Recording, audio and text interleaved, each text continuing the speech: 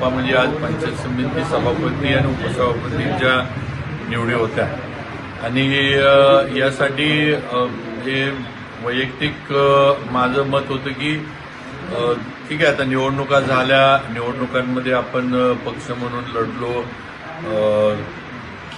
आरोप प्रत्यारोप, इलेक्शनमध्ये थोडा संघर्ष वगैरे या गोष्टी होत असतात.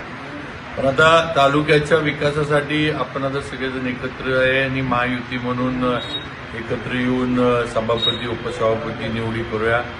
आणि आम्ही जसं महायुतीतल्या आमच्या घटक पक्षाला ऑफर पण दिली होती किंवा उपसभापती पद तुम्ही घ्या, 3-3 आहे, चिठ्ठीवर जाण्यापेक्षा उपसभापती पद तुम्ही घ्या, सभापती पद आमच्याकडे द्या आणि त्याप्रमाणे आपण बिनविरोध निवड करू आणि कुठेतरी संघर्ष किंवा पुढे काम करायला. आता 6 सदस्य आहेत, 6 सदस्यांना पंचायत समितीमध्ये काम करायला एक चांगलं वातावरण या निमित्तानं होईल.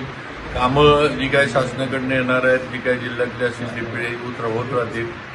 पण जे प्रयत्न माझा होता त्याला आमच्या महायुतीतल्या घटक पक्षांकडनं म्हणावं तसं सहकार्य मिळालं नाही.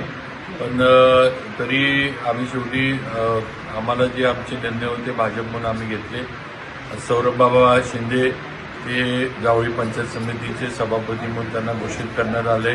त्याचबरोबर आमचे दुसरे भारतीय जनता पार्टीचे सदस्य मान्य गोरख महाडिक हे उपसभापती म्हणून निवडून आलेले आहेत. सगळेच सकारात्मक असताना काही ठराविक लोकांच्या थोडं मीपणामुळं किंवा काय म्हणायचं इगो म्हणा काही म्हणा त्याच्यामुळं आज हे खरं म्हणजे शिवसेनेला एक पद मिळालं असतं, ते पण पद आज शिवसेना घालवून बसली असं म्हणावं लागतं.